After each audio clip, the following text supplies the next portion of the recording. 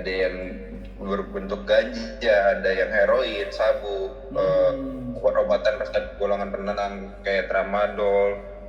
Zaman tahun-tahun 90-an ke 2000 tuh ada yang namanya era-era putau, itu yang kayak orang butuh ketenangan. Putau itu kayak suntikan gitu. Itu Halo teman-teman, selamat datang di podcast kami. Aku Hans. Aku Alif. Dan aku Wafi. Nah, di episode kali ini kita ingin membahas satu topik yang sangat relatable banget, krusial, dan juga menurut aku ini wajib banget dibahas sama generasi kita. Apa tuh? Yap. Boleh tahu tuh. Narkotika, teman-teman. Nah, ini bukan cuma masalah individu aja, tapi isu sosial yang berdampak panjang buat masa depan anak remaja, teman-teman. Bener banget Hans. Aku setuju banget soal itu. Jadi sering kali ya kita tuh ngerasa isu narkoba itu jauh dari kehidupan sehari-hari atau cuma ada di berita-berita TV.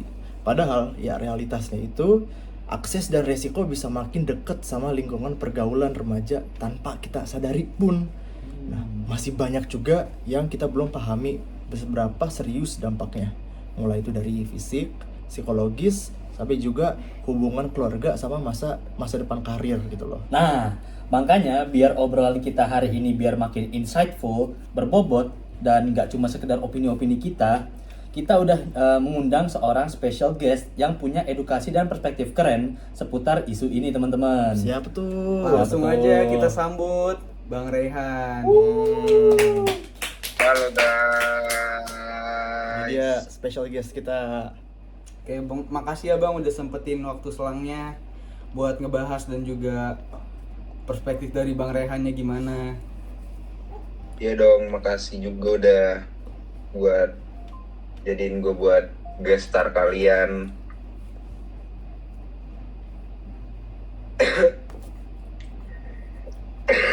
Oke, Bang Rehan, buat ngebuka obrolan. Nah, istilah narkoba ini kan sering banget kita dengar dari zaman sekolah ya. Nah, sebenarnya kalau mau didefinisiin secara komprehensif itu apa sih pengertian lengkapnya dari narkoba itu? Kita pengen tahu deh. Pertanyaan bagus banget nih. Jadi narkoba itu sebenarnya akronim dari narkotika, psikotropika, dan bahan adiktif.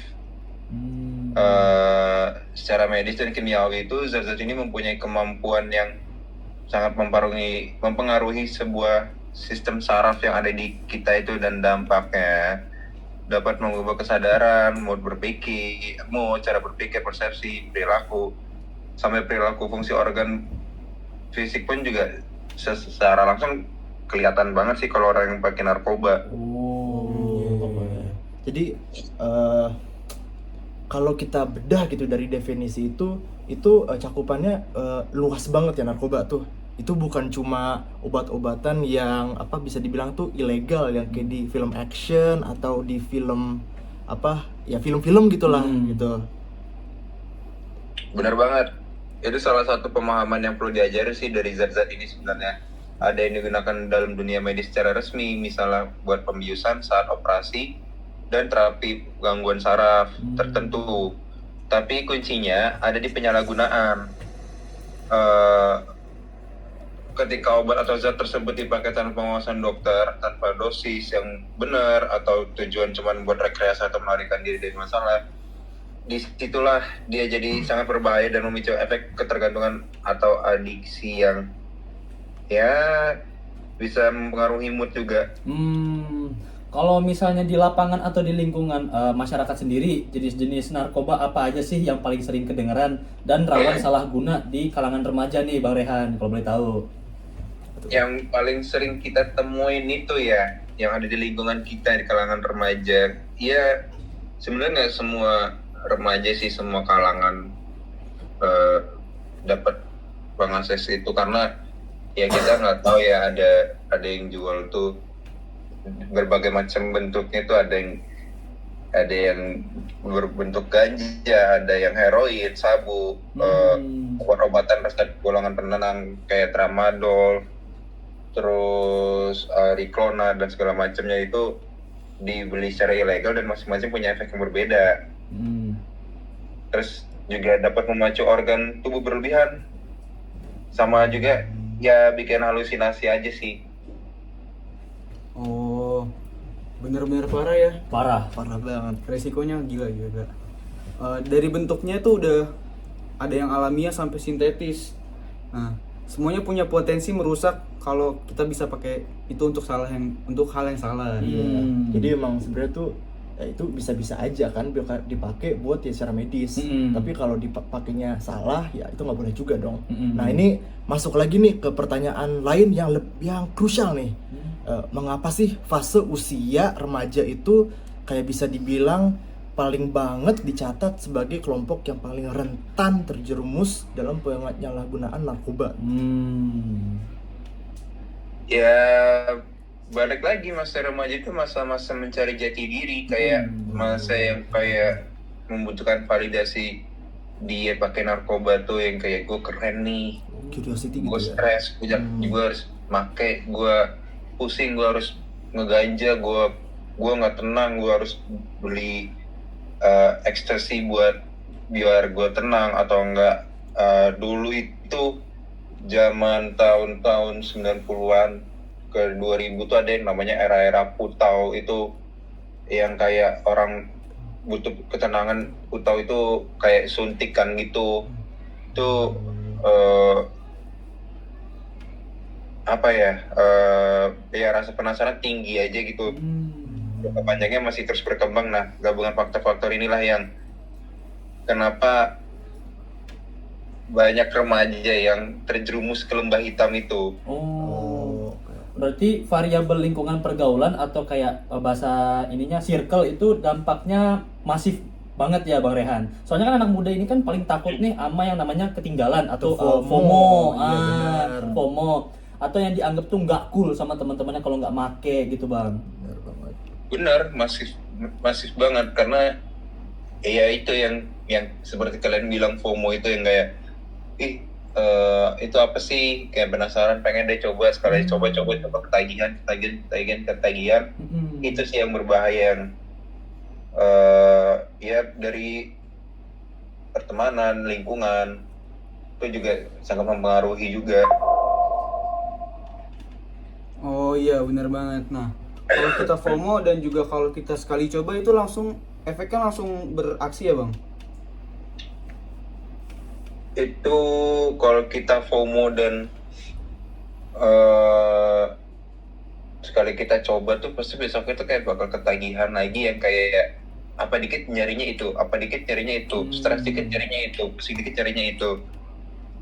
Soalnya kan otak manusia itu kayak punya reward system. Ketika zat adiktif masuk ke dalam badan kan otak dibanjirin kayak dopamin secara instan loh. Makanya ya Pak, penting banget ya dari awal tuh kita emang punya ketegasan diri. Kita tuh berani bilang enggak, itu bukan berarti nggak solid, tapi justru ya sebagai bentuk ya proteksi diri gitu untuk biar nggak terjerumus. Iya.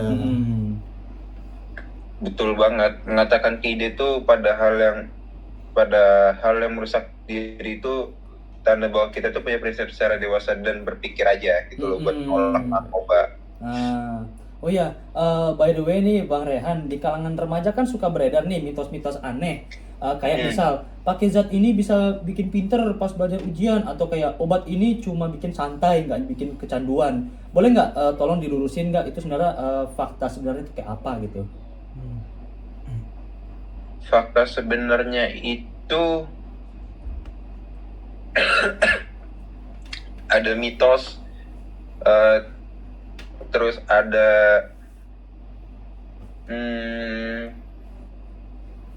yang mitos, ada yang bilang enggak. Cuman kalau dilihat dari lapangannya tuh banyak yang kayak dia pakai itu karena emang butuh fokus.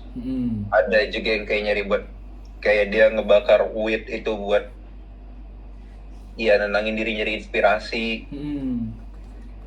Terus kalau yang bikin enggak, kok nggak bakal bikin kecanduan? Oh enggak, itu pasti kecanduan, bakal kayak nyari lagi. Hmm.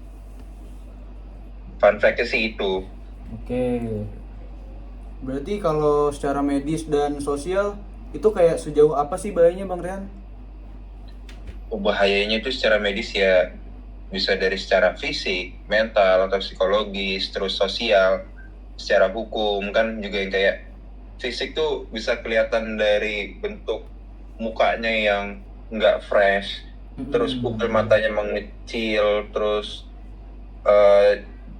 cara dari ngomongnya aja tuh udah kayak ibarat kalau kata orang nih ngomongnya tuh nyeret lah, ngalor ngidul. Terus dari mental psikologis juga yang kayak emosi nggak terkontrol, terus gampang depresi, terus ya halu, bahkan bisa gangguan jiwa juga karena kalau udah over kan.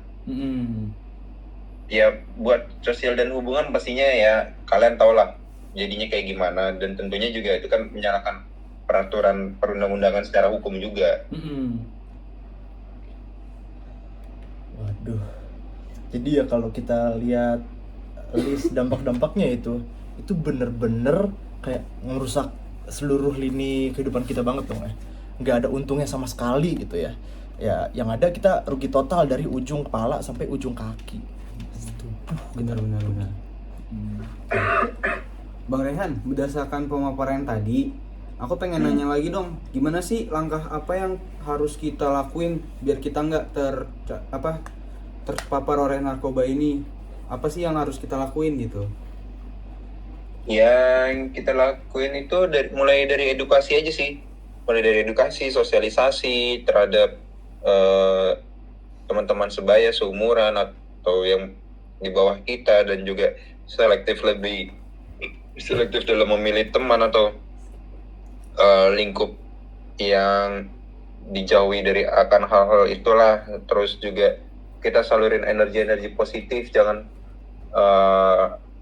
malah kita ikut ngumporin juga, terus berani nolak juga.